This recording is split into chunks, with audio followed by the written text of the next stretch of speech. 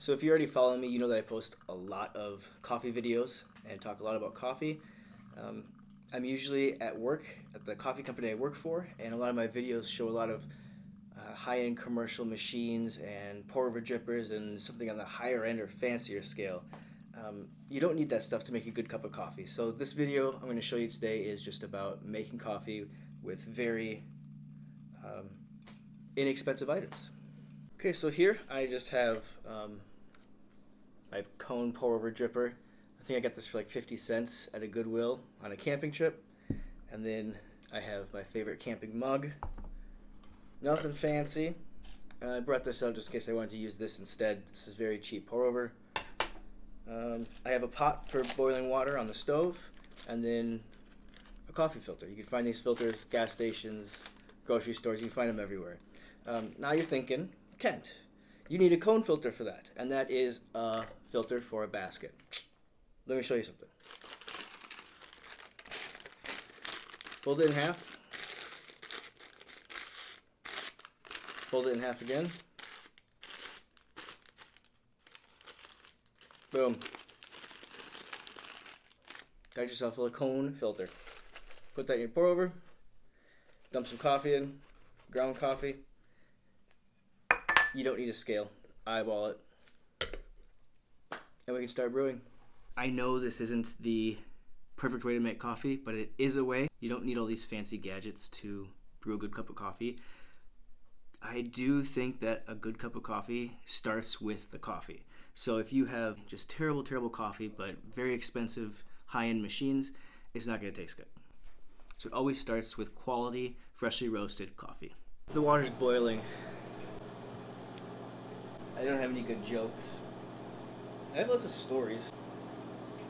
I'm not gonna tell. This isn't story time. This is about coffee. Okay, we are back with hot water. Got my hot. Yay! It's very hot. Okay, we are back with hot water. Let's not overthink this. Brewing coffee is very simple. So take your hot water. You do want to make it bloom a little bit, so just dump a little bit of the hot water over the coffee grounds to make sure they all get wet. Release some of the gases. I have a video about that. Don't worry about it. Can you hear it brew? Great. I don't know the temperature of the water. Usually I do 203 on a kettle that you can set it. This, don't worry about it. Boil it and then let it cool for a second, or bring it just to about boiling. So that water has run through. Just going to finish off the pour. Don't overfill it or else it'll go all over the place. You could use a glass cup so you can kind of see where you're at. Or just lift it up and see. So you don't want to make a mess or burn your lap. I just continue pouring bit by bit. Pretty simple.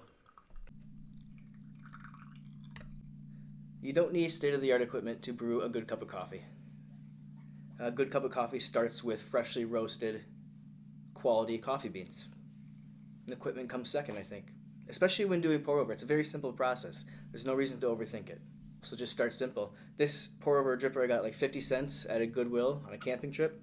And this mug I also got at a Goodwill for camping. And this is a pot from my apartment. Filter is just a basket filter that's folded into a cone. Okay, so we're just about done.